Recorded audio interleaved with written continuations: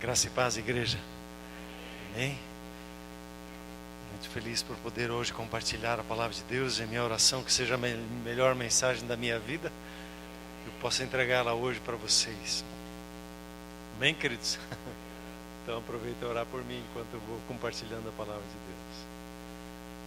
Deus. O tema de hoje, como não podia fugir do tema que está na agenda nossa, é sobre a ressurreição de Jesus.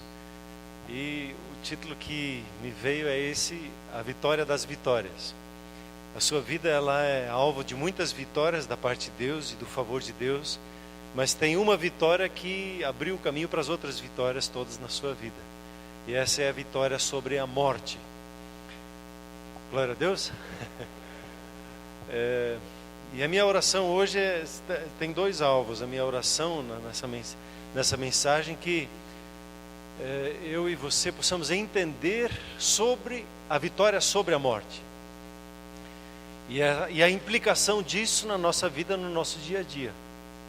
Às vezes estamos de uma forma distantes em relação a essa verdade. E segundo, nos posicionar diante das vitórias menores a serem estabelecidas na nossa vida.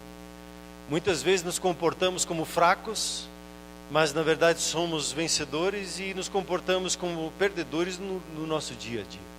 Pensamos, sentimos como perdedores. E a minha oração hoje é que a gente entenda a vitória sobre a morte e tenha a graça de aplicar ela com entendimento, com o favor de Deus no nosso dia a dia. Amém, queridos? Muitas vezes você já deve talvez até ter dito isso, que a vida é uma batalha. Uns dizem assim, talvez até se ouvir essa expressão: eu venço um leão a cada dia. E o outro que já quer já contar mais vantagem, ele disse: eu mato um hoje e o outro já tocou debaixo do meu pé aqui para pegar amanhã. E algumas expressões que a gente usa, né? E se nós paramos de lutar, nós sabemos que nós morremos. Em qualquer área. A vida ela é uma batalha. E como você sabe, a nossa luta não é com pessoas e também não com coisas. A nossa luta ela tem a ver com uma batalha espiritual, pois ela governa o natural. E se eu tenho uma luta no natural, é sinal de que há alguma coisa no mundo espiritual que está agindo. E a nossa luta então ela é uma batalha espiritual. A vida é verdadeiramente uma batalha. Alguém disse assim: a vida só é dura para quem é mole. Por mais tímido, isso é uma luta ouvir isso, né? Mas a vida, ela traz esse ingrediente da batalha. E às vezes nós achamos que, puxa, podia ser um pouquinho mais leve, podia menos batalha, né? Jesus já conquistou tudo, então é só sombra e água fresca. E a vida não é assim. A vida ela se consiste em uma batalha. Desde o processo em que você foi gerado no ventre da sua mãe, você lutou com milhares de outros espermatozoides, né? E saiu vencedor. Glória a Deus! E você está aí lutando para nascer. O primeiro grito foi uma batalha, e o primeiro emprego é uma batalha. Para casar, alguns ficam com medo de ficar para papai, para titia, né? E ficam com medo de ficar solteiros, e luta aqui e ali, e sempre temos os nossos desafios. Os desafios são sempre presentes, e a vida ela é uma batalha. Então vamos ler esse texto de 1 Coríntios 15, todo o capítulo 15, se você quiser ler essa semana e meditar um pouquinho nesse texto. Ele não é muito comprido, só tem 58 versículos, né? Então dá bons minutos aí para você ler. Eu queria ler uma parte dele, a partir do versículo 20 até o 28, 1 Coríntios 15. Paulo, nesse contexto, junto com a igreja de Corinto, eles estavam discutindo, desafiando Paulo no entendimento sobre a ressurreição. E alguns entre eles diziam que a ressurreição não tinha acontecido. Isso é papo furado. Ninguém vence a morte. A morte é o fim da linha. E Paulo então começa trazendo a base que Jesus morreu, ressuscitou. E ele traz uma lista ali, a partir do versículo 5, 6, de tantas pessoas a quem Jesus se manifestou vivo diante das pessoas. E ele diz: se Jesus não ressuscitou, a nossa fé ela é vã. A ressurreição ela é tão chave que, se ela não existisse, ele diz, é melhor comer, beber e morrer. Como muitas pessoas pensam, a vida é comer, beber e o negócio é usufruir e a morte, com a morte termina. E ele diz, não é assim.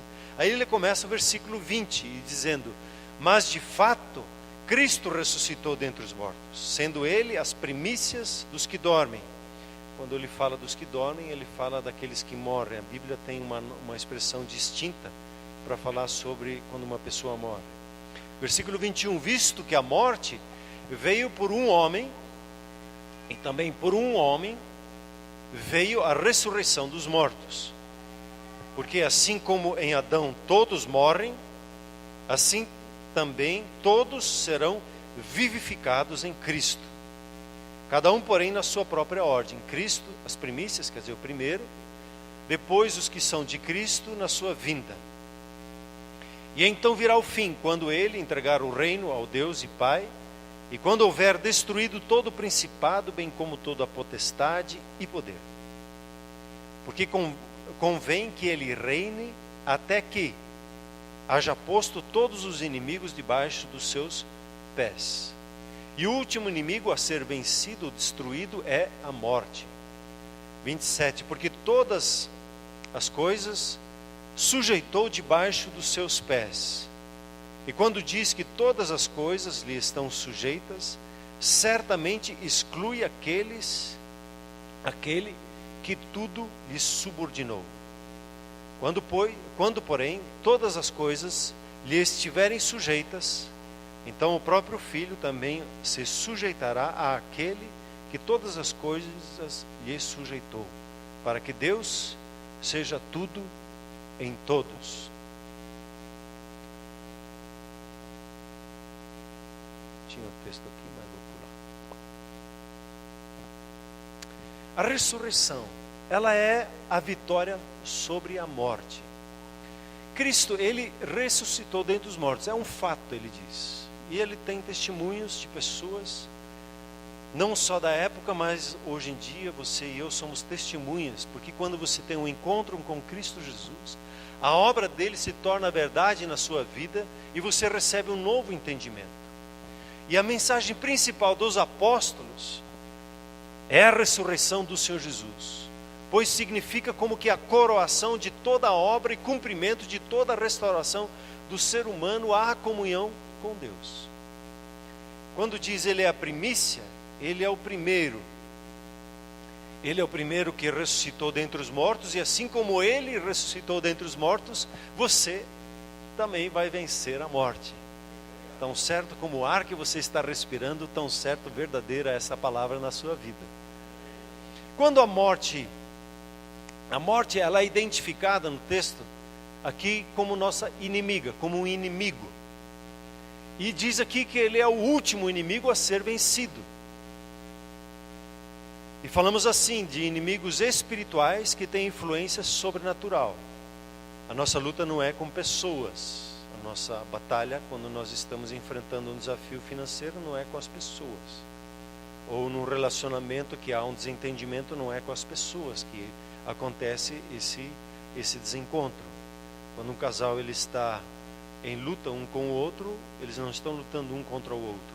Há uma entidade maligna querendo destruir essa casa. Da mesma forma dos filhos para com os pais, dos pais com os filhos, nós como igreja uns com os outros. Nós temos inimigos espirituais.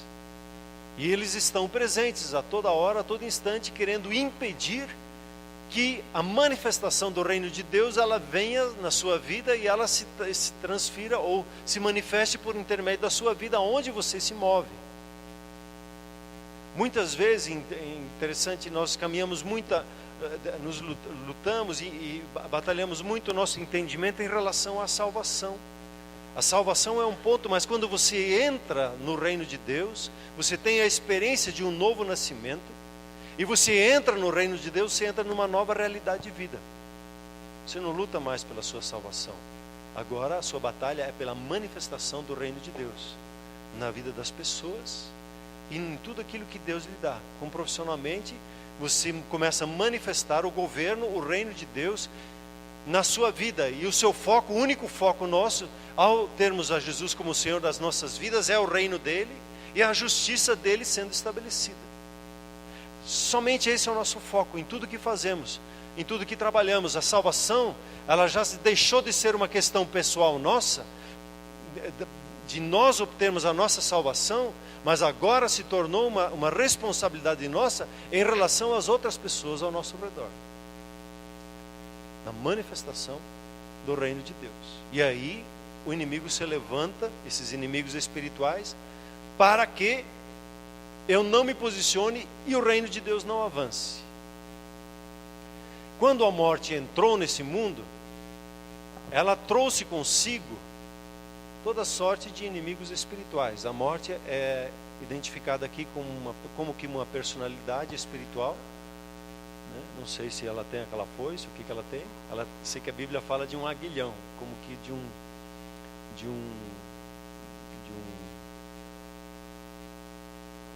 como um ferrão, né? Para atacar as pessoas. Mas quando a morte entrou nesse mundo, que não lhe fazia parte, a porta se abriu e ele trouxe seus amigos junto com ele, para trazer a destruição e promover a morte. Quem são esses amiguinhos dele? O primeiro que entrou foi o medo. Com o medo veio todas as outras coisas que nós podemos citar, e talvez você possa fazer uma lista. Por exemplo, o desânimo é um inimigo espiritual, é uma entidade espiritual que vem para atacar e tirar do foco, para que você fique preocupado só consigo mesmo. Você pode ter a avareza, o endividamento. A Bíblia fala aí de uma entidade chamada Mamon. Até estava vendo lá no grego, é Mamonas.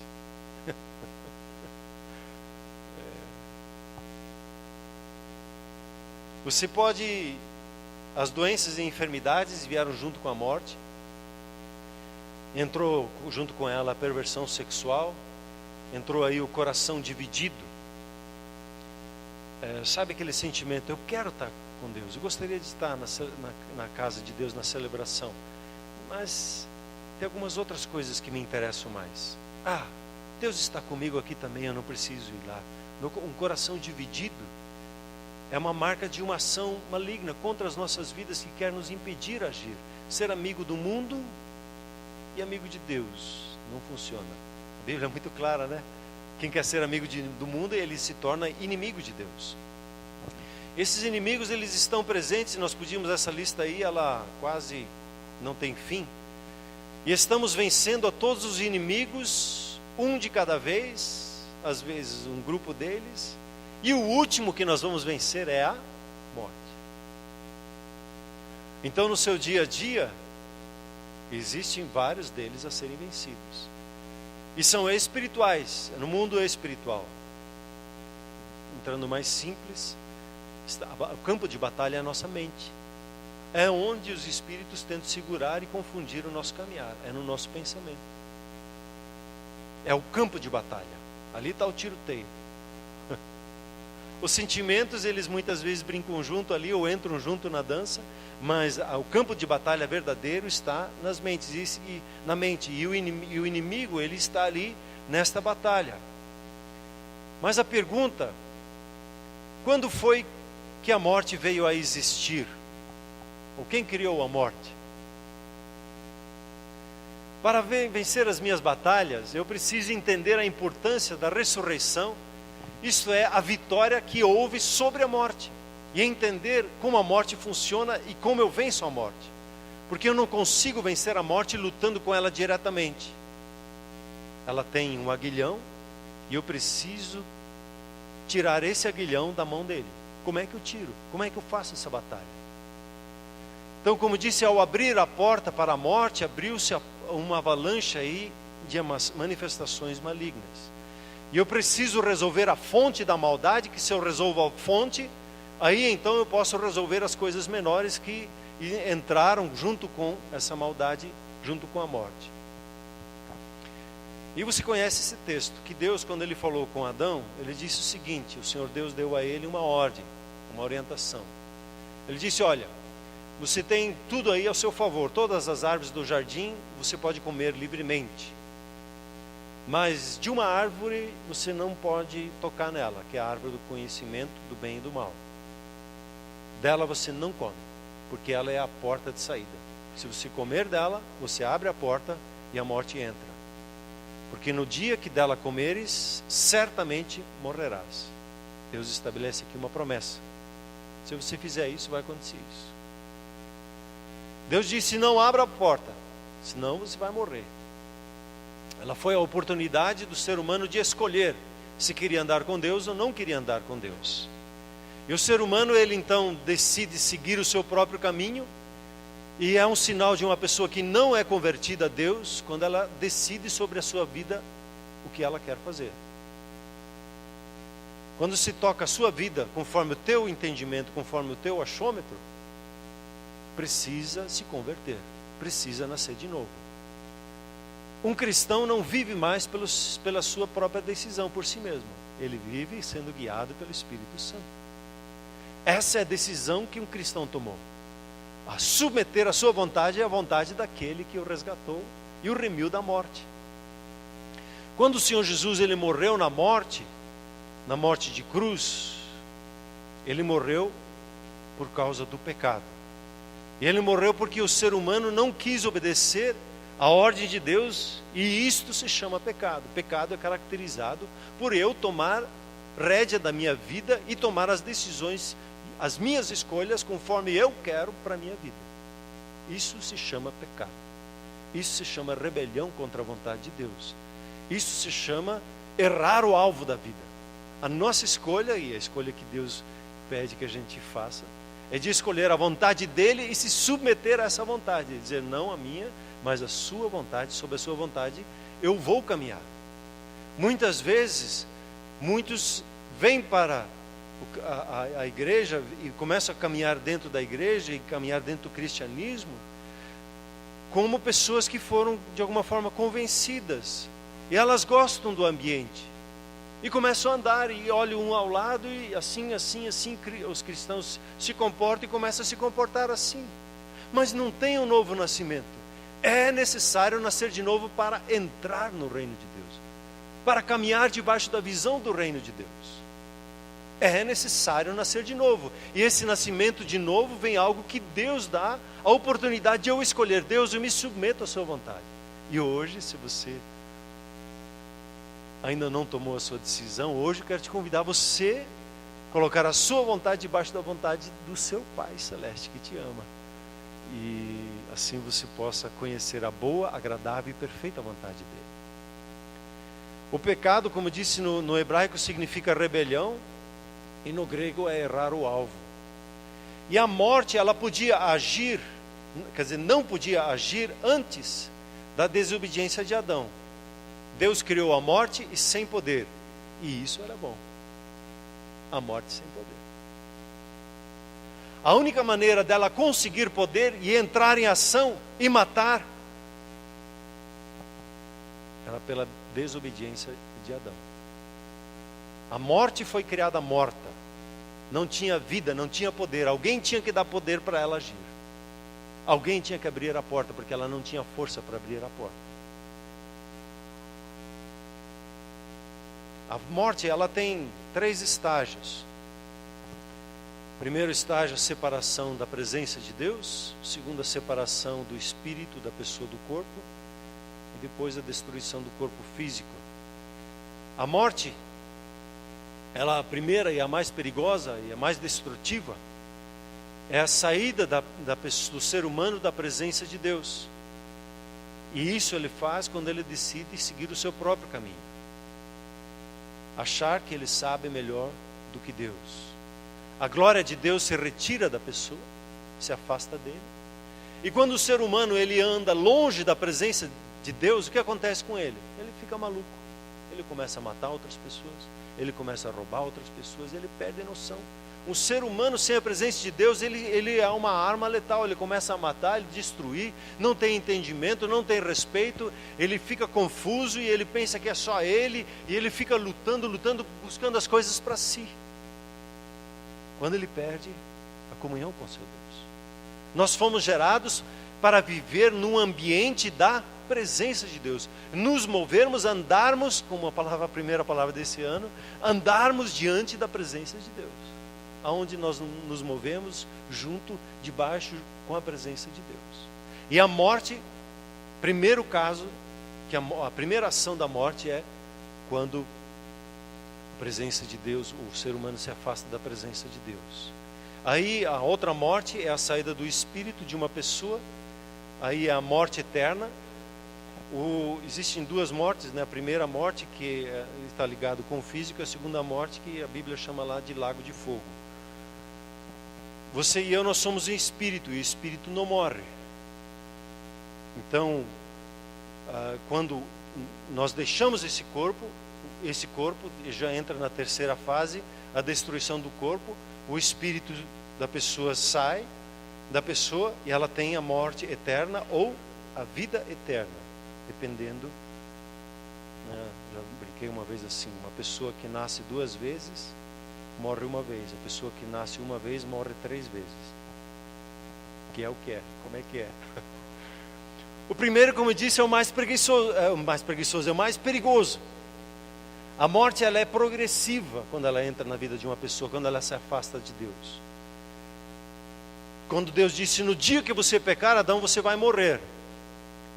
E no mesmo momento que ele desobedeceu a Deus, que ele agiu, ele morreu. Se afastou da presença de Deus. E Deus começou, a primeira pergunta para Adão foi, Adão, onde é que você está? Porque não estava mais na presença dele.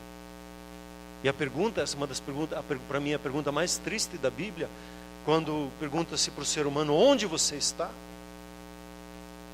Não era que Deus não sabia. Era que Deus queria que Adão soubesse onde é que ele estava. Adão, ele ainda viveu fisicamente 930 anos. E anos mesmo, não ano lunar, nem outras coisas como as pessoas dizem. Adão, ele foi gerado por Deus para fisicamente, você e eu fomos gerados para viver eternamente. E o ambiente em que viviam antes do dilúvio era um ambiente ideal para nós, não tinha problema de raios ultravioletas. As águas encobriam, se vivia num ambiente totalmente ideal para o ser humano viver eternamente e não ter problema com a morte, nem ter problemas com saúde e assim por diante. Então Adão, ele viveu ainda aí os seus 900 e tantos anos, porém ele estava morto para Deus, mas ainda viveu fisicamente. Uma pessoa sem o Espírito Santo de Deus na sua vida é uma pessoa morta. Se você não tem o Espírito Santo em sua vida, você está morto espiritualmente, mesmo que vestindo a roupa mais cara, mesmo sendo a pessoa mais boazinha que existe sobre a face da terra, mesmo sendo uma pessoa que faz tudo certinho, mas não tem o Espírito Santo de Deus na sua vida, você está morto espiritualmente. E hoje é a oportunidade de você receber a salvação, receber a manifestação da presença de Deus na sua vida. Adão, ele produziu pessoas conforme a sua própria espécie, mortas. Todas as pessoas que nasceram após Adão, elas nasciam mortas espiritualmente, sem contato com Deus. E ele gerou toda a humanidade com esse vírus dentro do seu sêmen, do vírus da morte. E a morte infectou toda a humanidade e alcançou até as nossas vidas.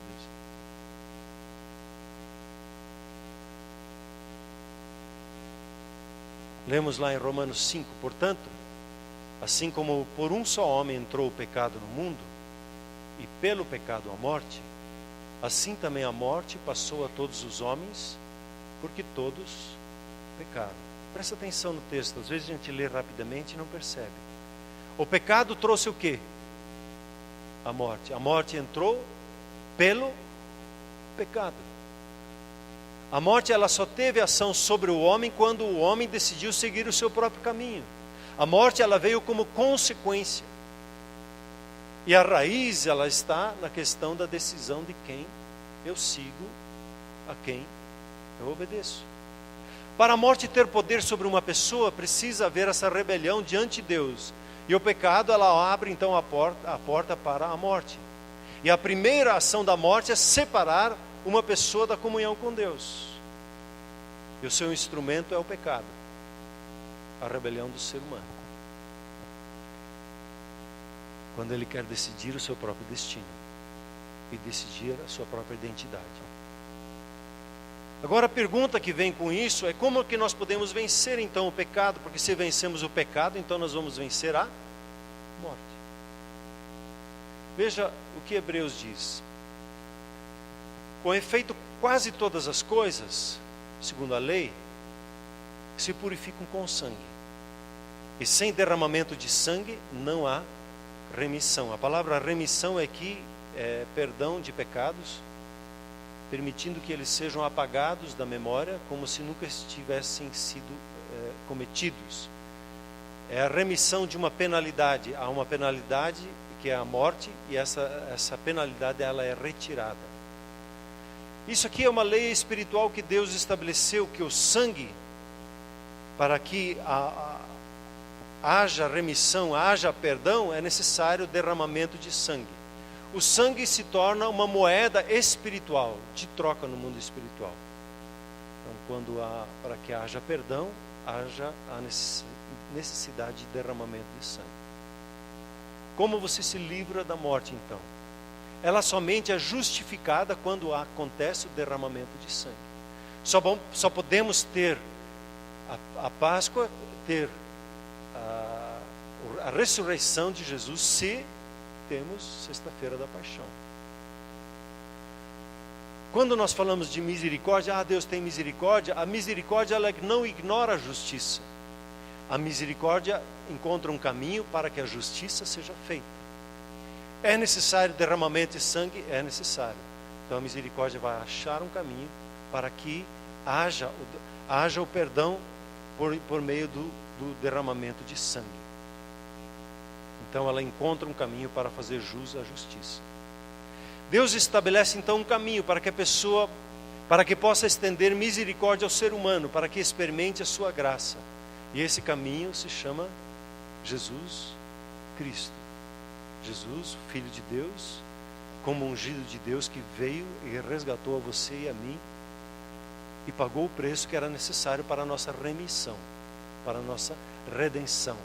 O perdão de Deus veio ao nosso encontro e perdoou o nosso pecado. O pecado de querer decidir a própria vida, querer decidir o seu caminhar, o que vai fazer, o que não. E com isso, quando Jesus veio, perdoou o nosso pecado no singular. É importante separar o singular do plural. Ele com isso tirou a força da morte. Tanto que ele diz: morte, onde é que está teu grilhão? Onde é que está com que você feriu o ser humano? Perdeu. A morte, ela perdeu. A morte, ela perdeu quando Jesus ressuscitou. Nesse contexto, você conhece esse texto quando Deus fala e Ele abre o caminho da misericórdia dele, porém inimizade entre ti e a mulher, entre a tua descendência e o seu descendente. Este te ferirá a cabeça e tu lhe ferirás o calcanhar. A cabeça é sinal de autoridade. Quando Jesus pisa sobre a cabeça do diabo, ele tira a autoridade dele. Mas quando ele pisa na cabeça, o inimigo toca o seu calcanhar. O calcanhar é sinal de vida. Ele tirou a vida do Senhor Jesus nesse processo, nesse embate de batalha. E Jesus, então, ele morreu as 3 mortes. Ele provou da morte. Assim como você, como o ser humano, ele experimenta ela. Quando ele diz Eloi, Eloi, lama sabachthani, ele fala ali em hebraico hebraico é aramaico na cruz, como a linguagem do seu coração, dizendo: Deus meu, por que me desamparaste? Ele experimentou a morte, ele provou a morte da separação. Esse momento foi o mais desesperador para ele, porque a presença de Deus tinha ido. Por que você me deixou? Ele provou, como diz lá em Hebreus. Depois disso, tem um outro momento que Jesus ele clama mais uma vez na cruz. com grande voz e ele entrega o Espírito, ele toma a decisão de entregar o seu Espírito. E depois disso ele morre fisicamente, ele entra no terceiro estágio. Então ele morre, ele deixa o corpo, ele morre de uma morte morrida. Alguns dizem que ele não morreu fisicamente. Sim, ele morreu fisicamente. Ele experimentou toda a força da morte na sua própria vida. Ele teve que enfrentar todo o processo. Enfrentando esse processo, ele se apresenta diante do trono da justiça de Deus. E o inimigo se apresenta diante da justiça de Deus. E ele, até aquele instante, o diabo, ele podia matar a vida das pessoas, porque o salário do pecado é a morte. E quando Jesus se apresenta, a ficha de Jesus é apresentada e não se encontra uma injustiça na vida dele. E o diabo é declarado culpado. Até então ele tinha a autoridade sobre a vida das pessoas. Mas agora, quando ele estabelece a justiça de Deus, o inimigo perde toda a autoridade. Ele perde toda a força, tudo que ele tinha de ação com relação à vida das pessoas diante de Deus. E o texto diz assim: como em Adão todos morrem, assim também todos serão vivificados em Cristo Jesus. Você tem esse texto aqui no texto que nós lemos ali em 1 Coríntios 15, 22. O argumento, a força de ação, o aguilhão da morte, ele acabou na ressurreição de Cristo. Por isso que Cristo ressuscitou, porque a morte não pôde segurá-lo. A morte quis, como que tem uma expressão na Bíblia que diz assim, que a morte tentou engolir a Jesus, só que não conseguiu e teve que dar de volta, porque não conseguiu segurar a vida dentro dele. Cristo ressuscitou e com ele você então é vivificado. Você recebe a vida do próprio Deus. Onde havia morte, agora entra a vida eterna. E a força da ressurreição, ela agora está à sua disposição. A viver debaixo da nova vida.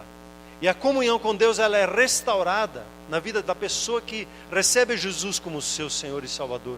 Anda na presença de Deus, a presença do Espírito Santo é restaurada e se manifesta novamente em nossas vidas. E o nosso corpo físico, inclusive, recebe uma nova vida e é impactada com a vida do próprio Deus. E mesmo que ele venha a morrer, na morte ele vai vencer a morte. Porque mesmo que morra, ele viverá eternamente. Então, quando se diz não é um chavão, você é um vencedor, é assim que Deus olha para a sua vida. Ele estabeleceu para você, e você, quando aceita Ele, você se estabelece como aquele que venceu a morte. E se pela ofensa de um, e por meio de um só reinou a morte, muito mais, diga comigo, muito mais. Diga comigo, muito mais. Mais uma vez, muito mais. Veja que estrago a morte tem feito. Seja na nossa vida, dentro das nossas famílias, ou na nossa nação, o estrago que a morte tem feito. Muito mais superior, com muito mais intensidade, com muito mais força. Os que recebem a abundância da graça e o dom da justiça de Deus, eles vão reinar em vida por meio de um só saber, Jesus. Agora, em Cristo Jesus, você reina em vida.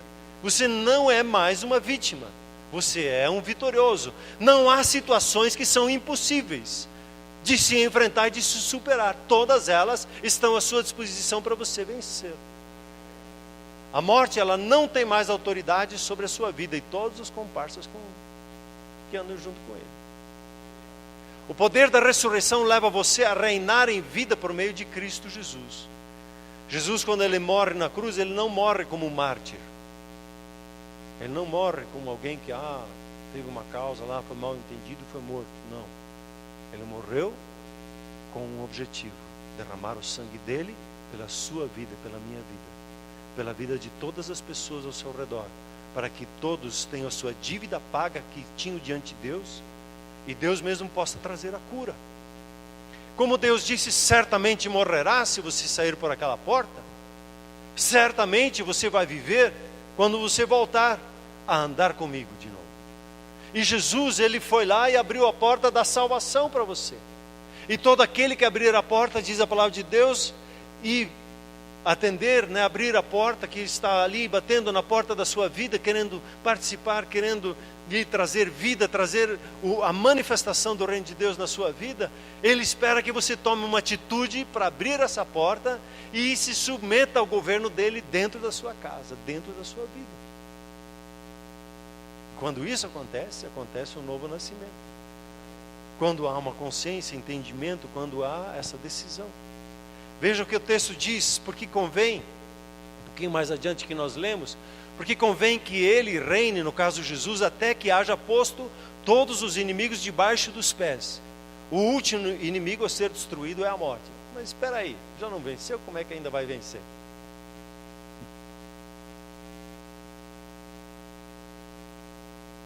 Ele já não venceu? Venceu. Mas como é que ainda não? Ainda há um processo daqui até ali. Até que, diz aqui, até que todos os seus inimigos sejam postos debaixo dos seus pés. E o último inimigo a ser destruído é a morte. Há um processo de batalha espiritual acontecendo. A decisão do Supremo Juiz já foi estabelecida. O diabo está julgado, vencido. Ele está ilegal sobre a face da terra, ilegalmente agindo sobre a vida das pessoas, ilegalmente querendo atacar você e a mim. Não tem autoridade para isso. Se mexer conosco vai sofrer dano. Não pode tocar a nossa vida. A Bíblia é muito clara. Não pode tocar um filho de Deus. Se tocar o filho de Deus, sofre dano, apanha, fogo nele. A sua posição juridicamente não tem mais autoridade. E hoje a batalha é uma batalha jurídica.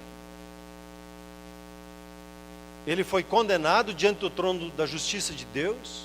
E você e eu, como filhos de Deus, agora nos tornamos como os que executam a decisão de um juiz. Quem são esses? No mundo aqui assim. O juiz toma uma decisão e quem executa a decisão do juiz? O oficial de justiça.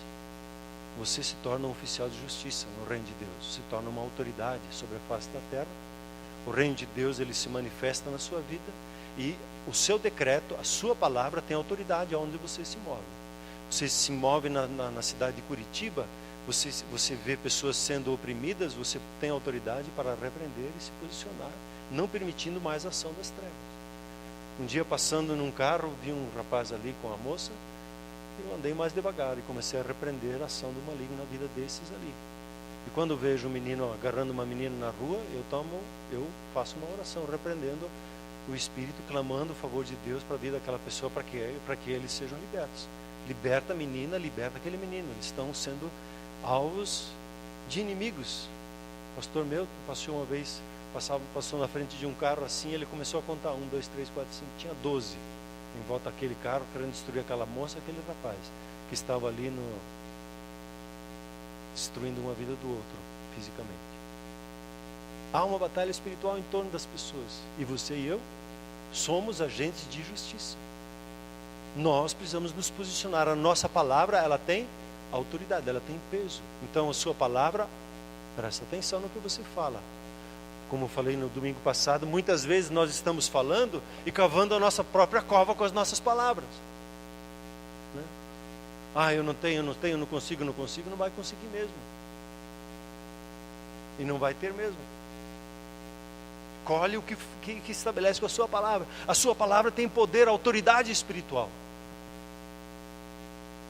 E aí o que acontece? A batalha espiritual acontece na mente, vem pensamentos que desfocam do reino de Deus e querem lhe confundir na mente. Nós assistimos sexta-feira o filme lá do Mel Gibson, A Paixão de Cristo, e eu achei interessante naquele momento que já no começo do filme, que Jesus está ali orando e há uma figura do inimigo ali lançando pensamentos, e como Jesus no filme ali, eles retrataram muito bem a batalha espiritual.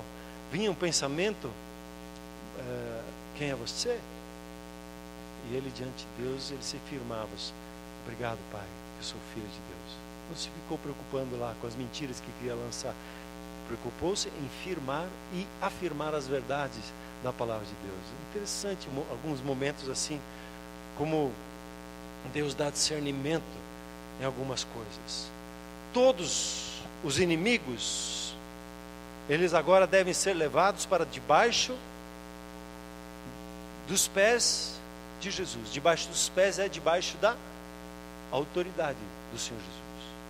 Ali é o lugar deles. Debaixo, quem que é o corpo de Cristo? A igreja. Não é ou não? Jesus é o cabeça. E os pés fazem parte da igreja.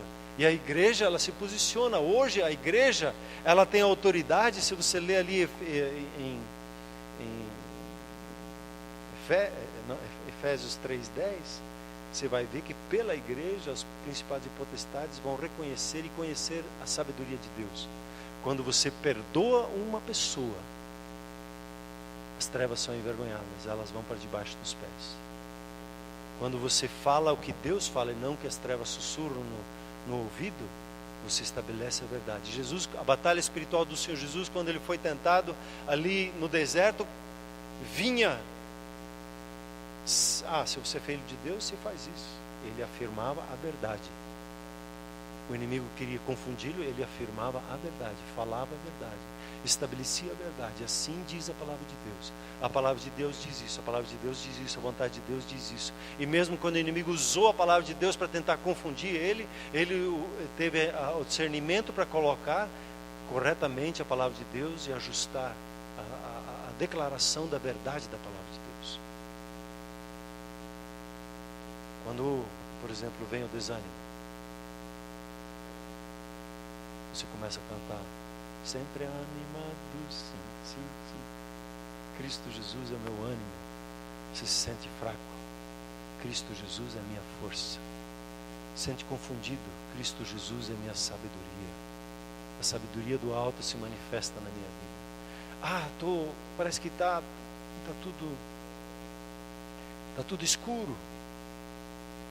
Jesus é minha luz e Ele vai me dar a decisão correta. Eu estou aflito, angustiado. Cristo Jesus é a minha paz. Eu não sei o que fazer, que decisão fazer, como me posicionar, como caminhar adiante. O Senhor é o meu pastor e Ele não me faltará. Ele vai me ajudar no momento certo, no tempo certo, cada uma das coisas. Isso é batalha espiritual. Quando você percebe a sua vontade, quer de fugir, quer de desistir. Eu entendo a vontade de Deus, me submeto a ela, declaro ela sobre a minha vida e caminho. A grande pergunta, e uma pergunta que eu hoje faço para você, igreja: qual é o inimigo que você está enfrentando? Às vezes a gente diz estou lutando no escuro que nem uma briga de foice no escuro, para tudo que é lado, não sei para que lado. Não, a gente não dá golpe, não luta dando murro no ar. Não é isso que Paulo diz lá? Ele dava murro certeiro. Para ganhar uma briga, você tem que acertar no focinho. Tem que identificar com quem nós estamos lutando. Quem é aquele que, contra a vontade de Deus, está querendo atacar a nossa vida, atacar a nossa identidade, atacar a nossa família? Aí entra o discernimento espiritual. E você perceber que inimigo que Deus está dizendo: pega esse aí, traga ele para debaixo dos meus pés. Agora pega esse aí, traga ele para debaixo dos meus pés. O inimigo, ele se torna uma fonte de treinamento para você e para mim. Para você e para mim tomarmos autoridade e nos posicionando. A cada vez que você vence o inimigo, a sua autoridade no mundo espiritual, ela vai crescendo, você vai se posicionando mais. Tanto mais confiante você vai ficando na batalha espiritual quando você entende e começa a batalhar um após outro. São tantos. Um boi, ele se come por pedaço. Então pega um, depois o outro, depois o outro, depois o outro. Vai seguindo sistematicamente, destruindo e trazendo para debaixo dos pés do Senhor Jesus. Ali, a Bíblia não fala ali em 2 Coríntios, no capítulo 10, sobre as fortalezas. Não fala lá sobre os sofismas, pensamentos errados.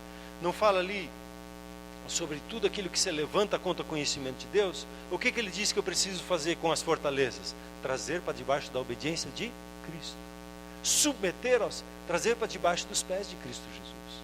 Ali é o lugar do inimigo. Eu fico às vezes pensando, né? Vai embora, fica repreendendo o inimigo, vai embora. Fico pensando, será que eu não, na verdade, mandar embora e deixar ele solto aí, vai para debaixo dos pés de Jesus, você também. Um atrás do outro, para debaixo dos pés. Aqui é o teu lugar. Cada inimigo que se apresenta, mas eu preciso identificar eles. Que estão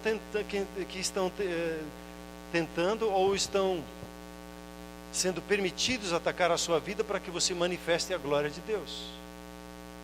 Aí quem ou o que está lhe impedindo de manifestar plenamente o seu potencial em Cristo Jesus? Quem ou o que está impedindo a manifestação dos dons espirituais na sua vida? Quem ou o que está impedindo você dar testemunho da bondade de Deus por intermédio dos seus dons, servir as pessoas? O nosso maior dom, todos os dons, eles se resumem num projeto que nós temos ouvido aqui, né? Vocês lembram do café aqui? Não sei como é que foi, eu não estava aqui, mas tinha uma cafeteira aqui, né? Com o objetivo de servir. O que nos impede de servir? O que nos impede de servir o nosso próximo? Ali nós temos identificado um inimigo. Seja o desânimo, seja um argumento que eu tenho na cabeça, mas também ele também tem um argumento contra aquela pessoa que me impede de servir ela. O que me impede quando no meio do louvor Deus me chama para levantar as minhas mãos? Há um impedimento de servir a Ele com a minha adoração? Esse impedimento identifica o inimigo. Eu preciso identificar eles para estar vivo, com discernimento espiritual na minha caminhada. Não posso caminhar como se o mundo espiritual não existisse, como se fosse tudo só natural. O que causa o medo, a insegurança, a incredulidade ou a limitação financeira? Ou a ignorância sobre as coisas do reino de Deus? Precisamos identificar o inimigo contra o qual estamos lutando e trazê-lo para debaixo da autoridade do Senhor Jesus. Amém, igreja? E aí o texto, o capítulo, ele termina assim, já chegando ao fim, no versículo 57 e 58, ele diz assim: graças a Deus. Por quê? Que nos dá a vitória por meio de Cristo Jesus nosso Senhor. Não há inimigo que tenha força legal para segurar a sua vida. Só se você dá legalidade. No sentido assim de, pois é, né, fazer o quê? Tem que viver com isso. Se você conceder essa autoridade, mas legalmente diante de Deus não tem autoridade. O Espírito Santo vai te incomodar e dizer, larga a mão disso.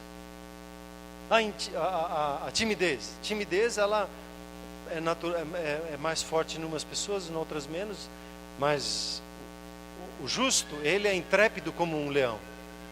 Ele é ousado. A timidez não faz parte mais da sua vida. Você pode vencer a sua timidez e dar testemunho, servir pessoas, sorrir para as pessoas. Não precisa mais ter vergonha de olhar nos olhos das pessoas.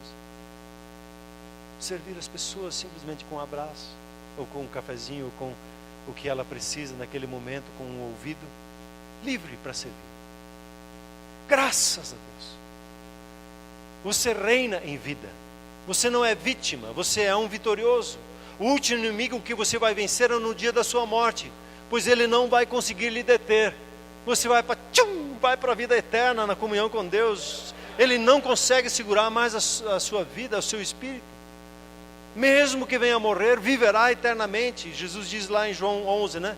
Eu sou a ressurreição e a vida. Quem crê em mim, ainda que morra, viverá. E todo que vive e crê em mim não morrerá eternamente. Espiritualmente não vai morrer, vai viver eternamente. A morte espiritual é o lago de fogo. Isso sim, é a segunda morte. Aí é outras histórias.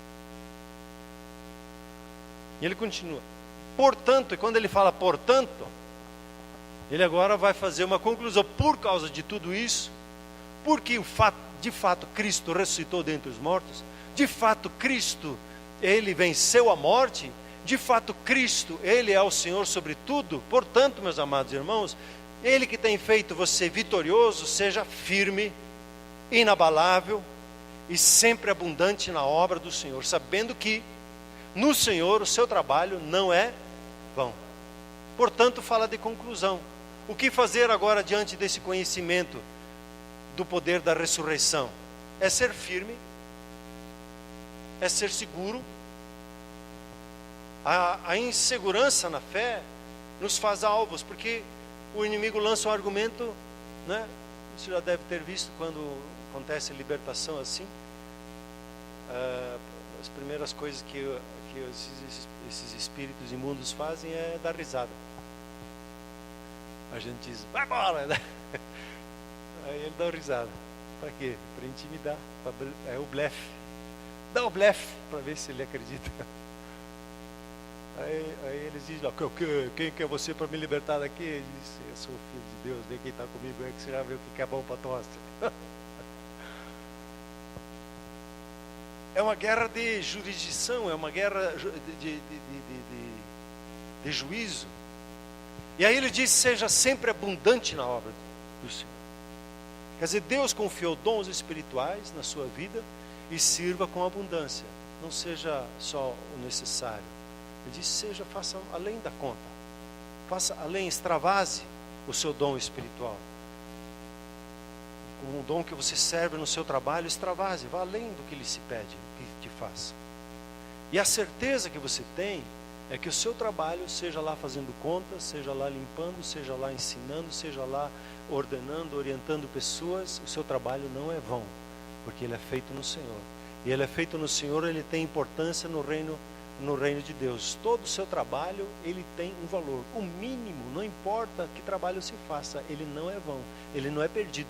Não é tempo, você não tem tempo perdido, você não tem trabalho perdido. Feito no Senhor, todo o seu trabalho tem um significado, todo o seu trabalho faz diferença no reino de Deus.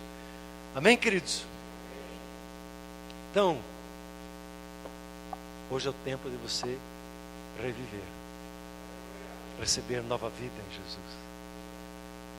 Você que tem percebido que tem andado pela sua própria cabeça, pelos seus próprios pensamentos, às vezes até deixa circunstâncias conduzirem, você toma decisões em cima de circunstâncias, em cima do que uma outra pessoa disse ou não disse, e não tem tido essa experiência na sua vida de viver uma vida debaixo da comunhão com Deus, sendo guiado por Ele, sendo acompanhado por Ele, instruído por Ele em todas as decisões, não tomando decisão por si mesmo, mas sempre se voltando a Deus, caminhando com Deus, caminhando diante da presença de Deus. Se você não tem esse tipo de experiência, eu quero te convidar a você entregar a sua vida a Jesus. Se você tem conduzido a sua vida, decidido as suas próprias coisas e tem visto como a morte tem trazido os inimigos para agir e cirandar a sua vida, hoje é o dia de dizer, acabou. Hoje é o dia de dizer, um novo começo é estabelecido. Hoje eu tomo uma decisão de abrir o meu coração, de entregar a minha vida e me submeter à vontade daquele que me amou, que me chamou desde a eternidade, desde antes da fundação do mundo. Amém, queridos? Vamos nos colocar em pé, por gentileza. Peço que a igreja esteja já em oração.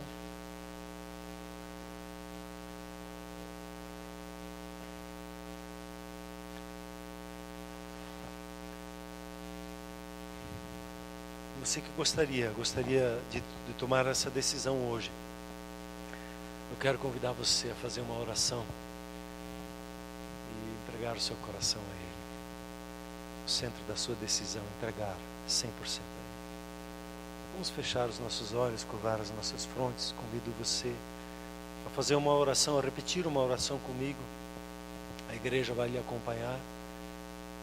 Coloque seu coração diante de Deus. É isso que importa. E te convido a orar assim comigo. Querido Pai Celestial, eu hoje reconheço que eu tenho conduzido a minha vida pelo meu próprio entendimento. Hoje eu decido a entregar a minha vida nas Suas mãos e a receber a Jesus como o Senhor da minha vida Eu recebo o teu perdão e rejeito a Satanás e seus demônios, toda obra da morte, e lhe peço, Pai Celeste, enche o meu coração com o seu amor, com a sua presença. Enche a minha vida com a tua paz, com a vida eterna. E eu quero te servir e andar na sua presença todos os dias da minha vida. Amém? Amém. Seguinte, 4 momentos que eu quero te convidar. Primeiro momento de gratidão, de reconhecer o poder da ressurreição na sua vida. De reconhecer, essa é a maneira, a gratidão é como que a porta de entrada, dizer sim, Deus, o poder da ressurreição se manifesta na minha vida. Sair da dúvida, sair das desconfianças, e dizer, Deus, isso é verdade, tua palavra é verdade.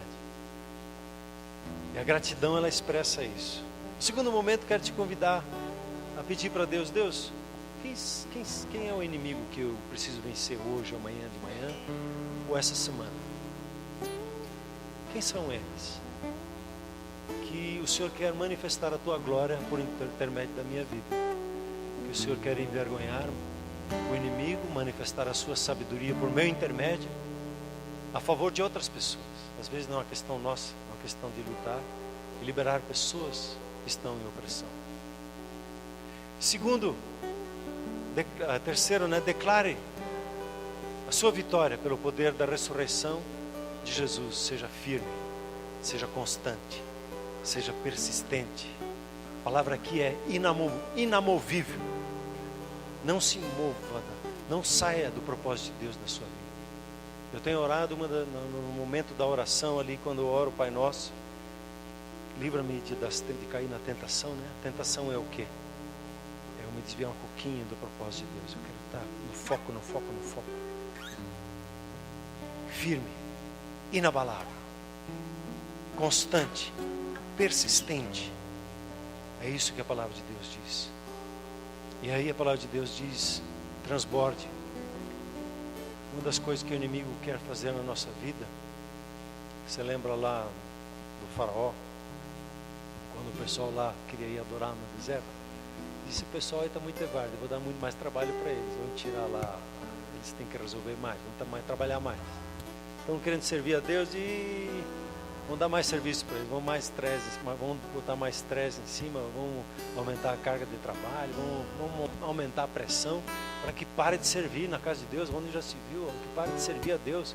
Não pode ter tempo para servir a Deus. E Deus diz, seja abundante na obra de Deus, naquilo que Ele deu para fazer, na manifestação que você tem ali de segunda a segunda, seja abundante, transborde, faça além, faça com excelência, vá no seu trabalho com uma insistência maior ainda. Às vezes o empregador não quer reconhecer a sua obra, o normal do ser humano é então ser desleixado, não. Seja mais dedicado a Deus, transbordante na obra. O que você faz é para Deus, não é para pessoas. E Deus está vendo, Ele que paga o salário. E se há injustiça, Ele vai fazer justiça a seu favor. Capriche no seu trabalho, capriche na sua obra que Deus lhe deu para fazer. Seja abundante nela. Não diminua o ritmo, aumente o ritmo de ser abundante naquilo que Deus lhe deu. Deus lhe deu dons. Tenho visto aí, esses dias estamos aí trabalhando os dons, né?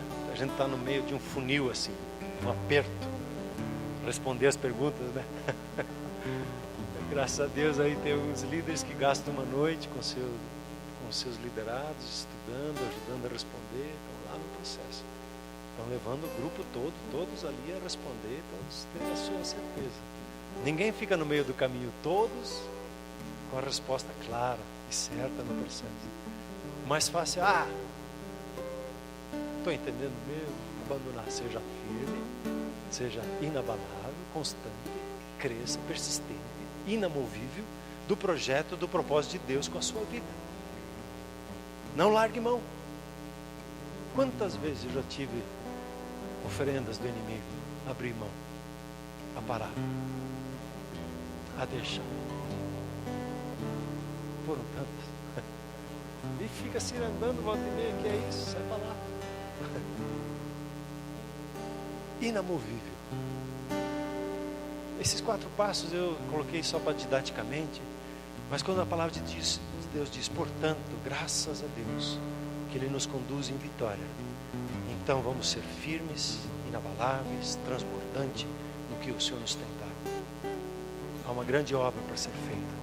Estamos como igreja num processo de capacitação, de treinamento, porque em maio e em junho nós vamos alcançar milhares de vidas. Vão ser muitas vidas sendo tocadas. Todo o processo que estamos passando tem um objetivo ali na frente. E estamos quase lá. Há um processo aí, vamos caminhando, estamos caminhando. E vamos conquistar o que precisa ser conquistado. O reino de Deus, ele precisa ser manifestado por nossas vidas. E essa é a nossa grande batalha. Manifestar o reino de Deus, que é paz, justiça, alegria no Espírito Santo. É manifestação de poder, é superação. Esse é o reino de Deus que você e eu estamos aí representando. A nossa salvação já está resolvida, não é verdade? Está resolvido já. O que importa agora é a manifestação do reino de Deus na vida das pessoas. Se deixou de ser uma questão particular nossa. Agora é uma questão do reino, nós somos cidadãos do reino de Deus. E os céus nos governam. Amém? Pai, obrigado que o Senhor conhece o nosso coração. E, Senhor, eu oro que o poder da ressurreição e a implicação deste poder no nosso dia a dia seja manifesto. Que haja esse discernimento no nosso olhar para as coisas. Maneira como percebemos e discernimos as coisas, as pessoas, as situações. Espírito Santo, obrigado. Que o Senhor nos tem levado a uma postura de vitória, uma postura de superação. Obrigado que a morte não tem mais acesso, não tem mais como tocar a nossa vida, porque o Senhor é conosco. Obrigado, Deus, que mesmo que o inimigo esteja aí para ser vencido, o Senhor nos dá a oportunidade para manifestar a Tua glória, manifestar o Teu poder, as Tuas conquistas. Bendizemos ao Senhor, ó Deus, que a Sua igreja é uma igreja vitoriosa e nem a morte prevalece contra ela. Bendito seja o nome do Senhor, ó Deus. Obrigado, Deus. Obrigado, Deus. Obrigado, Deus. E, Senhor, hoje eu peço que o Senhor abra os nossos olhos para um discernimento desses inimigos, quais já estão vencidos.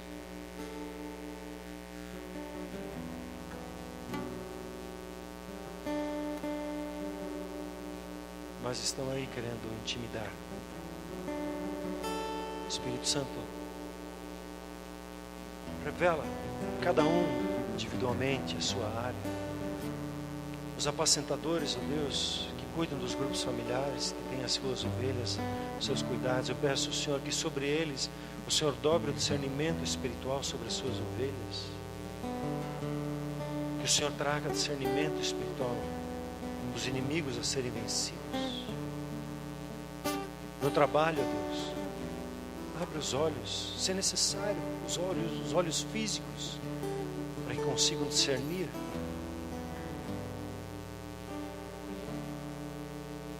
Espírito Santo, obrigado pela sua presença.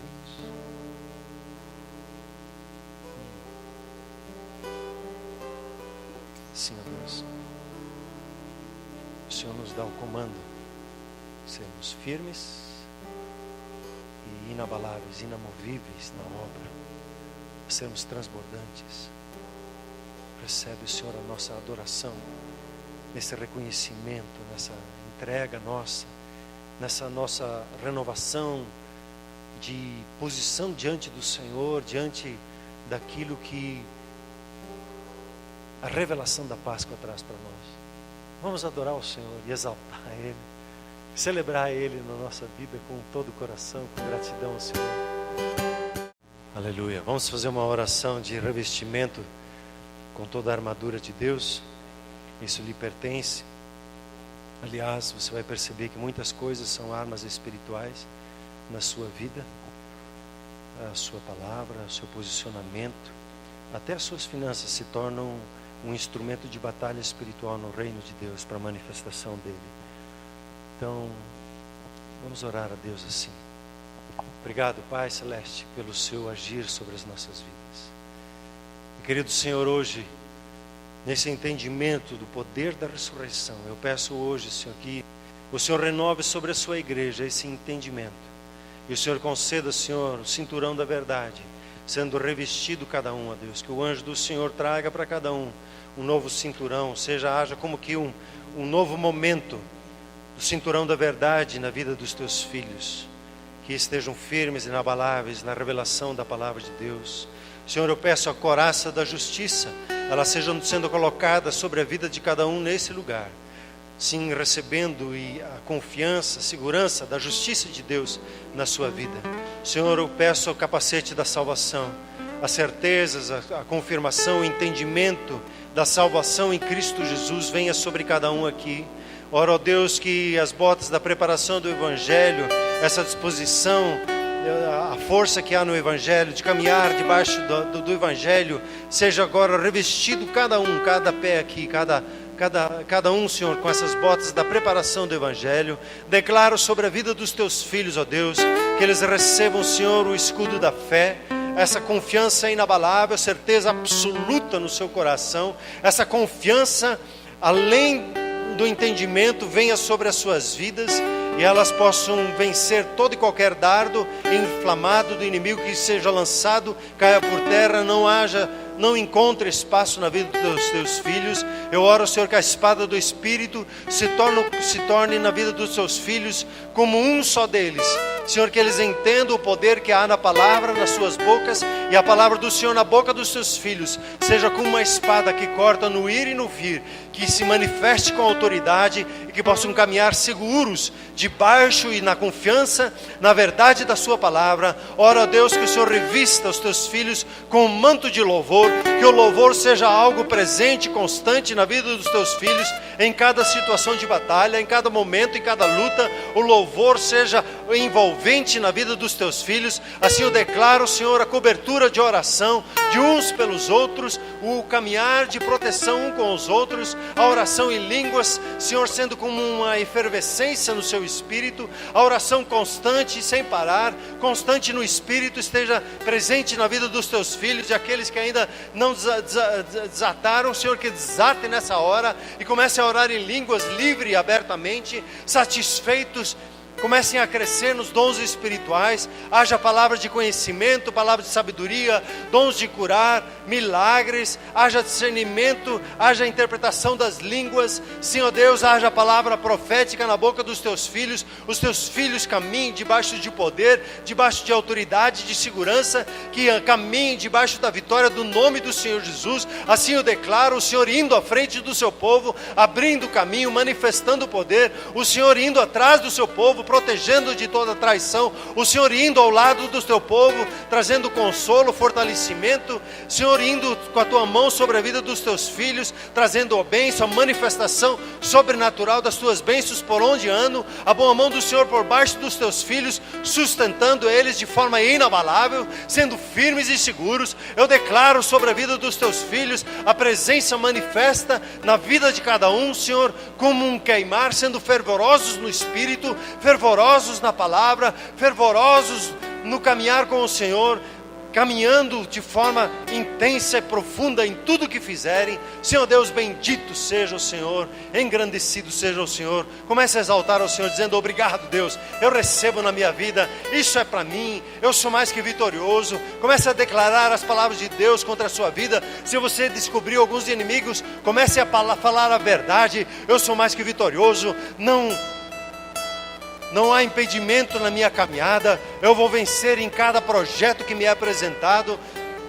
1000 cairão à minha direita, 10.000 à minha esquerda, eu não serei atingido, vou caminhar de forma segura. O poder de Deus está sobre a minha vida, se manifesta por intermédio da minha vida. Eu vou crescendo em tudo que o Senhor me dá, e aonde coloco a minha mão, a bênção do Senhor se manifesta. Bendito seja o nome do Senhor, que a palavra do Senhor, ela prevalece sobre as nossas vidas. Oh Senhor, obrigado Senhor, obrigado Senhor, obrigado Senhor, obrigado Senhor. Obrigado, Senhor, pela sua presença, o seu poder, a sua obra sobre as nossas vidas. Ó Deus, muito obrigado, Senhor, muito obrigado. Eu vou tocar o shofar, e o shofar é o anúncio de um novo tempo na sua vida. E junto com o shofar eu quero lhe convidar a você dar o seu brado de vitória, a sua celebração ao seu Deus, ok?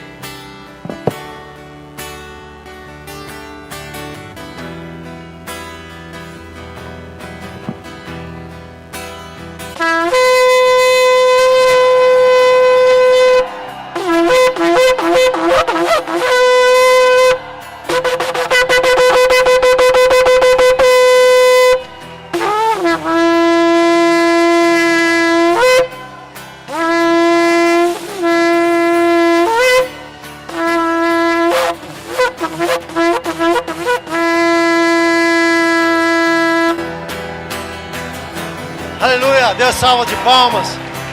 Obrigado, Deus. Obrigado, Deus. Obrigado, Deus.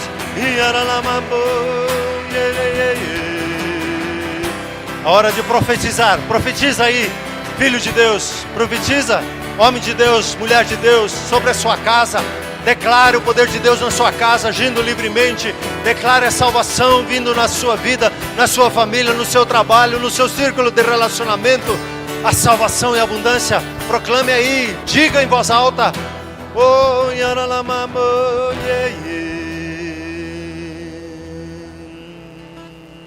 Oh, obrigado.